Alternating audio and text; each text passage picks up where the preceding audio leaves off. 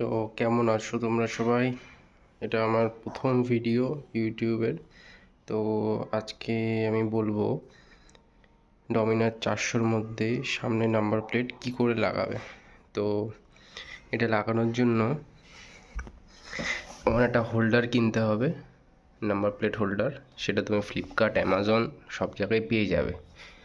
তো আমাদের mainly number প্লেটটা লাগানো থাকে এই জায়গাটা।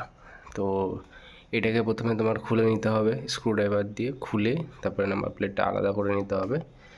করে তোমার এলএন কি দিয়ে এই দুটো বোল্ট খুলতে হবে এবং এই দিকের এই একটা বোল্ট খুলতে হবে। খোলার পরে এটাকে টান দিলে বেরিয়ে আসবে এবং সামনে দিয়ে দেখাই, এই যে দুটো হুক দেখো, এটাকে আমি পুরো ফিট করে দিয়েছি ভেতরে। নিয়ে সিম্পলি এটাকে আটকে দিতে হবে, দুটোই আটকে দিতে হবে, ওই সাইডেরটাও সেম আটকে দিতে হবে।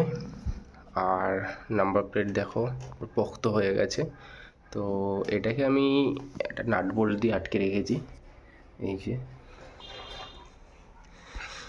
এর ফলে কি হবে, তোমার যে সামনের ভাইজারটা অনেকটাই হিউজ লাগবে এবং দেখতে খুব সুন্দর লাগবে লুকটা।